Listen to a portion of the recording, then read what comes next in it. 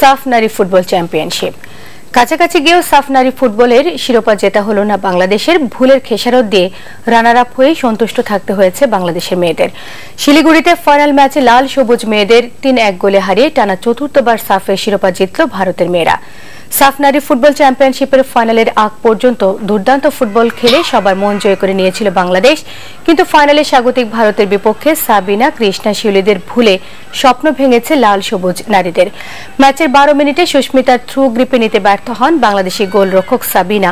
বক্সে দাঁড়ানো দাংমে গ্রেসি সহজে লক্ষ্য ভেদ করেন। পিছিয়ে পড়ে আক্রমণের ধার বাড়ায় বাংলাদেশের মেয়েরা। ফলও পেয়ে যায় ৩৯ মিনিটে মালদ্বীপের বিপক্ষে সেমিফাইনালে হ্যাটট্রিক করার স্বপ্নার গোলে উৎসবে মেতে ওঠে বাংলাদেশ।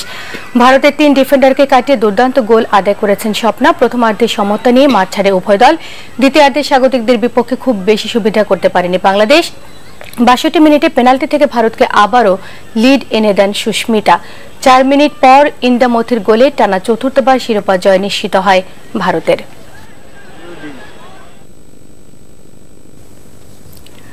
আত্মবিশ্বাস ফিরে পেতে অন্তত একটি টি-20 ম্যাচে জয়ের আশা করছেন বিসিবি পরিচালক খালেদ মাহমুদ সুজন। বৃহস্পতিবার শুরু হচ্ছে প্রাইম ব্যাংক জাতীয় স্কুল ক্রিকেট।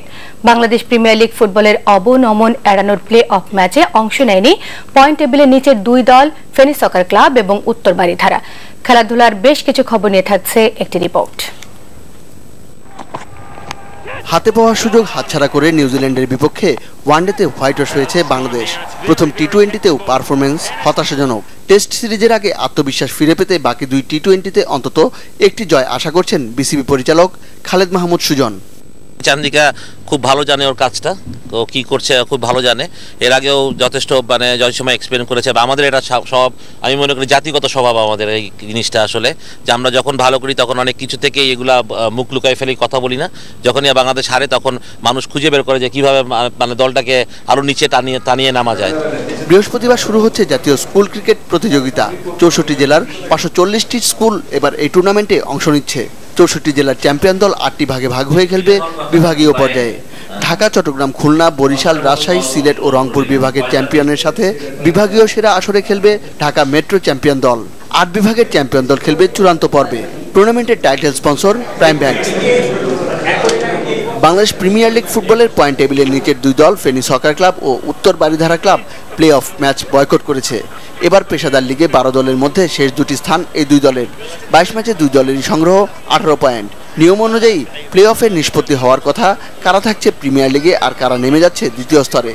তবে দুই দলের কোনো দলই মাঠে না আসায় ম্যাচ পরিত্যক্ত ঘোষণা করেছে অফিসিয়ালরা। দুটো টিম যাবে, একটা টিম যাবে, এটা লিগ কমিটি ঠিক করবে। আমার মত থাকবে যে দুটা টিমে একই রকম অফেন্স করেছে, সুতরাং শাস্তি একই রকম হওয়া উচিত। ৩০ জানুয়ারি অনুষ্ঠিত হবে বাংলাদেশ ক্রীড়া লেখক সমিতির স্পোর্টস অ্যাওয়ার্ড অনুষ্ঠান। এবার গত ২ বছরের সেরা খেলোয়াড়দের পুরস্কৃত করা হবে। ২০১৫ সালের জন্য ৯টি ক্যাটাগরিতে ও ২০১৬ সালের জন্য ১১টি ক্যাটাগরিতে পুরস্কার দেওয়া হবে। মরণোত্তর বিশেষ সম্মাননা দেওয়া হবে ক্রীড়া সংগঠক ও বাংলা ভিশনের সাবেক ব্যবস্থাপনা পরিচালক আমিনুল ইসলাম মনিকে। Monir Hossain Khan, Bangla Vision, Dhaka. English Premier football. বোর্নমাউথের মাঠে ড্র করে ইংলিশ প্রিমিয়ার লিগে তৃতীয় স্থানে ওঠার সুযোগ হারিয়েছে আর্সেনাল। তবে গানার কোচ আর্সেন ওয়াঙ্গারের সান্ত্বনা ম্যাচে ৩ গোলে